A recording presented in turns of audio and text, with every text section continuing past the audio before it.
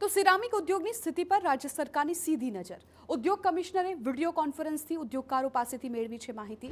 મોરબીના ઉદ્યોગકારોની ઉદ્યોગ કમિશનરને રજૂઆત. કોરોના કરતાં પણ વધારે ખરાબ સ્થિતિનું નિર્માણ તેવો ઉદ્યોગકારો કહી રહ્યા છે. ગેસની અછત હોવાથી મોટાભાગના યુનિટ બંધ થઈ રહ્યા છે. મોરબી ગ્રોથ એન્જિન છે, પરંતુ હાલની સ્થિતિ ખૂબ જ વિકટ.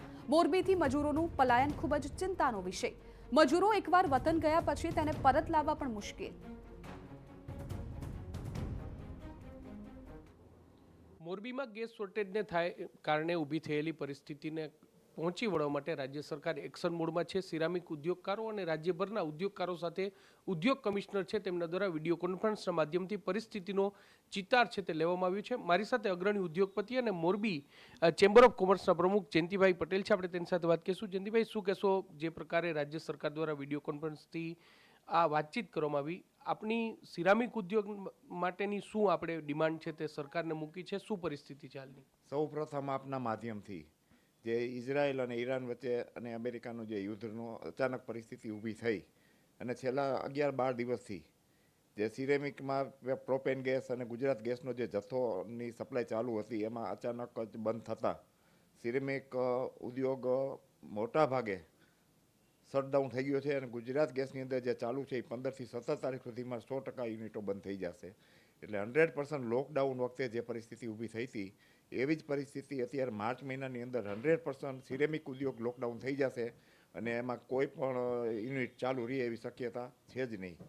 અને હાલની પરિસ્થિતિની અંદર જે અચાનક જે પરિસ્થિતિ થઈ છે એમાં રાજ્ય સરકારના પણ હાથ બંધાયેલા છે અને કેન્દ્ર સરકારના પણ બંધાયેલા છે.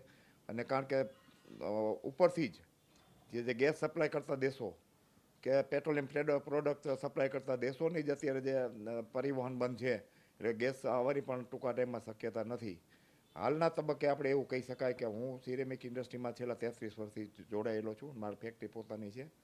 પણ આવી ખરાબ પરિસ્થિતિ કે અત્યારના સંજોગોમાં એક તો મંદીનો માહોલ હતો, ઘણા યુનિટો બંધ થઈ ગયા છે અને થવાની તૈયારીમાં હતા. એવા સમયે આ વખતનું જે લોકડાઉન કે બંધનો ગાળો બહુ સિરેમિક ઉદ્યોગ માટે ભવિષ્યમાં ખતરનાક નીકળશે એવી શક્યતા છે.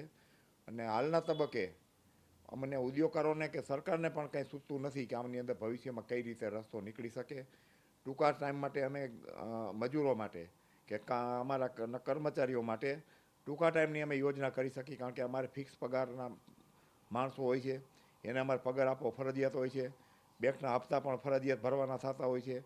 અને આ ઉપરાંત વીજળી બિલ પણ મિનિમમ બંધ હોતો પણ અમારે ફરજિયાત ભરવાનું થતું હોય છે. એટલે આવા બધા સંજોગોની અંદર જે કેન્દ્ર સરકારે લોકડાઉન વખતે અમુક સ્કીમો જે જાહેર કરી હતી એ લાંબા ગાળે જો પરિસ્થિતિ ઊભી થાય તો કેન્દ્ર સરકાર પણ ગંભીરતાથી વિચારણામાં છે. રાજ્ય સરકાર સાથે અમારા મુખ્યમંત્રી શ્રી ભૂપેન્દ્ર પટેલ હારે પણ 2 દિવસ પહેલાં ઉદ્યોગોની મિટિંગ હતી. એમાં રાજ્ય સરકારનો પણ સારો સહકાર છે. પરંતુ પરિસ્થિતિ જેવી અનિશ્ચિત છે કે એમાં કોઈને પણ અત્યારે ખબર નથી કે કાલ સવારે શું થવાનું છે. કોરોનામાં જે પ્રકારે સરકારે અમુક રાહતો આપી હતી, શું માનો છો કે અત્યારે જે યુદ્ધની પરિસ્થિતિ થઈ છે ત્યારે સિરામિક ઉદ્યોગકારોને આ પ્રકારની રાહત મળવી જોઈએ અને કયા પ્રકારની રાહત હોવી જોઈએ? જો હાલના તબક્કે રાહતની કોઈ માંગણી કરવી વાજબી નથી, કારણ કે રાષ્ટ્ર પ્રથમ.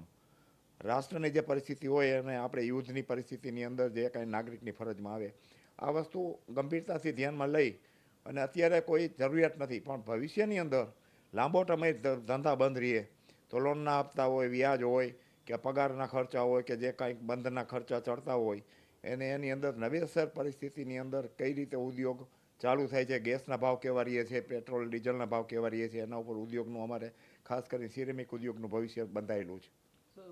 આપ ચેમ્બર ઓફ કોમર્સના પ્રમુખ છો અને